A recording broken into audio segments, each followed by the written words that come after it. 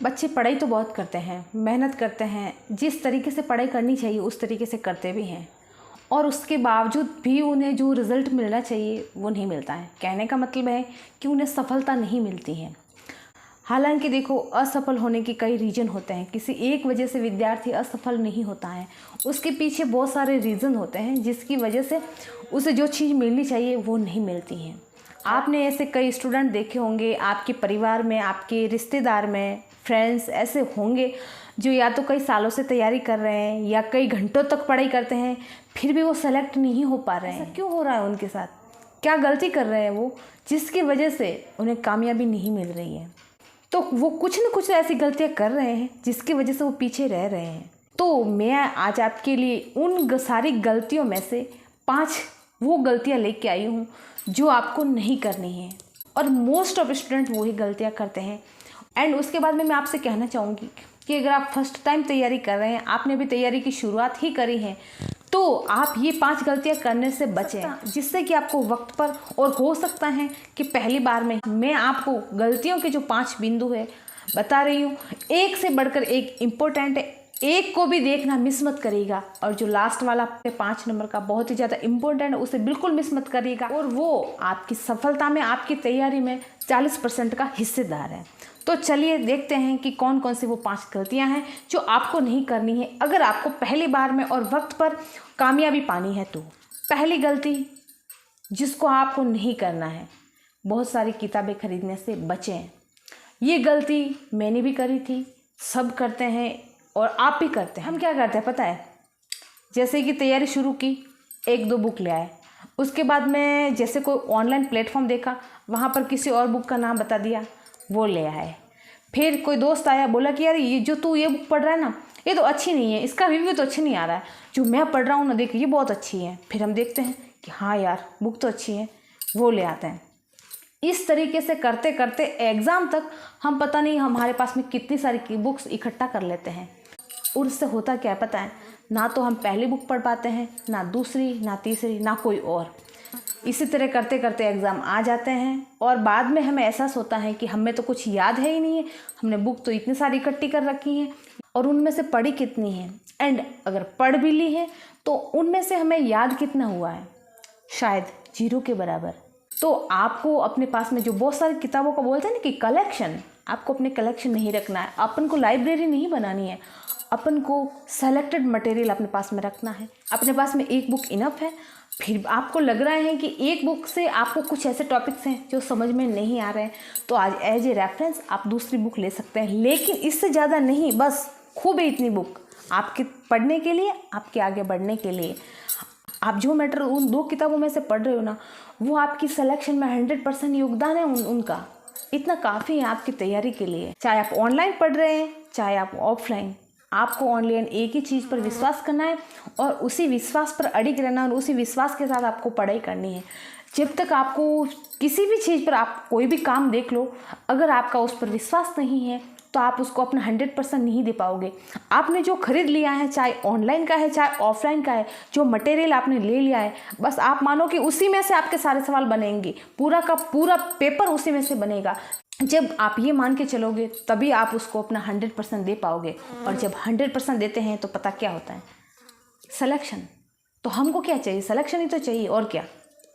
तो आपको ये गलती करने से बचना है। दूसरी जो गलती है उसको करने से बचना है, वो ये है कि एक ही चीज़ को, यानी कि एक ही टॉपिक को बहुत सारी जगह से पढ़ने से बचना है। इस पॉइंट को मैं आपको एक उदाहरण के द्वारा समझाती हूँ। जैसे मानो आपको गुप्त काल पढ़ना है। अब गुप्त काल के लिए पहले आपने कोई ऑनलाइन प्लेटफॉर्म ले रखा है, वहाँ से पढ़ लिया, कोई बुक है उससे पढ़ लिया, फिर कोई नोट्स है उससे पढ़ लिया। हालांकि देखो, अपना इरादा गलत नहीं होता। हम चाहते हैं कि जैसे हम गुप्त काल पढ़ रहे हैं, तो अगर एग्जाम में इस गुप्त काल से रिलेटेड कोई सवाल आ जाए तो हम गलत नहीं करेंगे, इतनी तैयारी हमें करनी है। लेकिन हम ऐसा सोचते हैं, लेकिन ये गलती हम पर भारी पड़ती है, ये हमारे सिलेक्शन को पीछे खींच लेती है। अब तो हमें याद तो हो जाता है उससे रिलेटेड, लेकिन एक नुकसान हमें क्या होता है पता है? कि हमें एक गुप्त काल ही नहीं पढ़ना है, हमें बहुत सारे और टॉपिक पढ़ने हैं, उसके अलावा हमें बहुत सारे सब्जेक्ट पढ़ने हैं। हमारे सामने एक लंबा चौड़ा सिलेबस है जिसको हमें कंप्लीट करना है, और हम अगर एक ही टॉपिक को इतना टाइम दे देंगे तो हम अपना दूसरे तो हम अपने दूसरे टॉपिक, दूसरे सब्जेक्ट और अपना सिलेबस कैसे कवर करेंगे? नहीं हो पाएगा।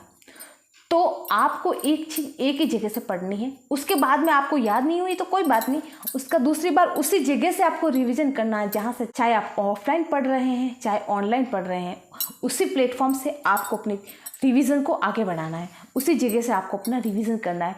बहुत सारी जगह से एक ही टॉपिक को, एक ही सब्जेक्ट को बहुत सारी जगह से नहीं पढ़ना है। तीसरी जो गलती है वो हम सब स्टूडेंट करते हैं, वो है कि हम अपने खुद के शॉर्ट नोट्स नहीं बनाते, खुद के हैंडमेड नोट्स नहीं बनाते हैं। बनाएंगे कैसे? अपने पास में तो इतना सारा मैटर है, उस मटेरियल में से कैसे सेलेक्ट करेंगे कि कौन सा हमें नोट्स में लिखना है, कौन सा नोट डाउन करना है? तो अगर आप पहले जो मैंने 2 गलतियां बता दी हैं उनसे बचोगे तो ही आप तीसरी गलती से बच पाओगे। अगर वो 2 गलतियां आप नहीं करोगे तो ऑटोमेटिकली आप तीसरी गलती नहीं करोगे। तो कहने का मतलब ये है कि आपके पास में सेलेक्टेड मैटर होगा तो उसमें से आप अपने नोट्स आसानी से बना सकेंगे। आप चाहे ऑनलाइन पढ़ रहे हैं चाहे ऑफलाइन पढ़ रहे हैं, आपके पास में कोई गाइड है, कोई बुक है, उस पर विश्वास करिए, उसी को पढ़िए और उसमें से अपने नोट्स ज़रूर बनाइए। आपके सिलेक्शन में, आपकी सफलता में शॉर्ट नोट्स का, खुद के बने हुए नोट्स का 100% में से 80% योगदान नोट्स का होता है। खाली नोट्स खुद बना के रखना नहीं है कि मैडम ने बोला कि नोट्स बनाने हैं तो बना के रख देते हैं, क्योंकि जब आप नोट्स बनाओगे और उसके बाद में जब आपके एग्ज़ाम नज़दीक होंगे ना तो आप उनका आसानी से रिवीजन कर लोगे। अब आप समझो जैसे कि आपके एग्ज़ाम आ गए, आपके पास में मोटी सी बुक है, मोटी सी गाइड है, उसको कैसे रिवाइज करोगे आप? तो इस बोझ से बचने के लिए ही तो हम नोट्स बनाते हैं। और नोट्स में जो इम्पोर्टेंट चीज़ें होती हैं उनको नोट डाउन करते हैं। तो जब हमारे एग्ज़ाम नज़दीक होते हैं, हमें उन मोटी मोटी बुक पढ़ने से बचने के लिए, अपना टाइम बचाने के लिए और ज़्यादा से ज़्यादा रिवीजन करने के लिए अपना नोट्स का होना बहुत ही ज़रूरी है।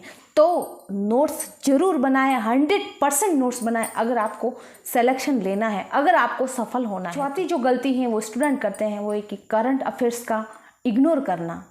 जैसे अब राजस्थान की मोस्ट ऑफ भर्तियाँ होती है ना, जैसे चाहे सेकंड ग्रेड ले लो, फर्स्ट ग्रेड ले लो, आरएस ले लो, उनमें करंट अफेयर पूछा जाता है। स्टूडेंट क्या करते हैं कि यार पहले अपना सिलेबस कंप्लीट कर लेते हैं, उसके बाद में आराम से बाद में करंट अफेयर पढ़ेंगे। बाद कभी नहीं आता है, बाद ही रह जाता है। सिलेबस होना या ना होना वो अलग बात है, लेकिन अगर आप जिस भी एग्ज़ाम की तैयारी कर रहे हैं, अगर उसमें करंट जीके पूछा जाता है तो अपने करंट जीके की तैयारी अपने साथ साथ में ही करें। अब साथ साथ में का मतलब ये नहीं कि आप हर रोज़ उसको 2-3 घंटे देवें, ऐसा नहीं है। आप मंथली जो भी कोई मैगज़ीन है उसको लाइए और उसका रिवीजन करते रहिए इस तरीके से जब तक आपके एग्ज़ाम नहीं हो जाते तब तक आपको अपना करंट 100% तैयार करना। और मोस्ट ऑफ जो जिन एग्ज़ाम में करंट जीके पूछा जाता है उसमें आप 10 से लगाकर 15 तक के सवाल पूछे जाते हैं, मतलब 10 से 15 सवाल करंट जीके के पूछे जाते हैं। इसलिए आपको अपना करंट अपनी तैयारी के साथ में रेगुलर रखना है। ऐसे नहीं कि साल भर का करंट साथ में पढ़ लेंगे, 6-7 महीने का करंट साथ में पढ़ लेंगे, इट्स नॉट पॉसिबल। 5वां पॉइंट ये है कि ज़्यादातर स्टूडेंट को नहीं पता होता कि उन्हें अपनी सफलता को सुनिश्चित करने के लिए PYQs निकालने हैं। मतलब कहने का मतलब ये है कि अगर आप चाहते हैं कि आपका सिलेक्शन हो और आपको सारा पैटर्न समझ में आए तो इसके लिए आपको आपकी भर्ती से रिलेटेड पुराने जितने भी पेपर हुए हैं उनको आपको सॉल्व करना पड़ेगा। आप ऑनलाइन देख लो, ऑफलाइन देख लो, मार्केट में बहुत सारी PYQ से रिलेटेड आपको बुक मिल जाएगी। जाइए, खरीदिए और देखिए कि आपकी भर्ती से रिलेटेड जो भी पीछे भर्तियां हुई हैं उन भर्तियों में किस तरीके से पेपर बना था, पेपर का पैटर्न क्या रहा था, और आप ये भी देखिए कि किस टॉपिक से कितने सवाल पूछे गए थे। इससे आपको यह पता चलेगा कि कौन सा टॉपिक इम्पोर्टेंट है, कौन सा इम्पोर्टेंट नहीं है, किस टॉपिक से कितने सवाल बने हैं और किस तरीके से बने, सवाल किस तरीके से पूछे जा रहे हैं। तो ये सारी जानकारी इकट्ठा करने के लिए, ये सारी चीज़ें जानने के लिए, परीक्षा का पैटर्न देखने के लिए आपको PYQs निकालना बहुत ही ज़रूरी है। और आपने ये बात बहुत सारे प्लेटफॉर्म से, ऑनलाइन ऑफलाइन, दोस्तों से, टीचर से सुनी होगी कि अगर आपको परीक्षा का पैटर्न जानना है तो आपको PYQs निकालने होंगे। और जो PYQs होते हैं ना, आपकी सफलता में 40 से 50% का योगदान होता है। और आप देखना, जब आप 10 सालों के, 12 सालों के प्रश्न पत्र निकालोगे ना, उनमें से 20-25 सवाल ऐसे होंगे जो रिपीट हो रहे हैं। तो एक बार आप देख लीजिएगा, आपको पता चल जाएगा। अगर रिपीट नहीं हो रहे हैं तो आपको ये भी तो पता चलेगा कि पैटर्न क्या रहता है, किस तरीके से सवाल पूछे जा रहे हैं और कौन से टॉपिक से सवाल बन रहे हैं। तो अगर आप चाहते हैं कि आपका सिलेक्शन हो जाए, आप जो पढ़ रहे हैं और जो अपनी पढ़ाई है, जो अपनी मेहनत है, अगर उसको एक मुकाम मिल जाए, एक लक्ष्य मिल जाए जो आपने फिक्स किया है, तो इसके लिए मैंने आपको जो गलतियां बताई हैं उनको ना करें और ज़्यादा से ज़्यादा अपनी पढ़ाई पर फोकस करें, अपनी पढ़ाई को 100% दें। जब आप अपनी पढ़ाई को 100% दोगे तब वो पढ़ाई, वो मेहनत जो आप आज कर रहे हो, दिन रात कर रहे हो, वो आपको उसका 100% देगी एज ए सेलेक्शन। इन्हीं शुभकामनाओं के साथ धन्यवाद। एंड ऐसे ही यूज़फुल अपनी पढ़ाई से रिलेटेड वीडियो के लिए जुड़े रहिए मेरे साथ।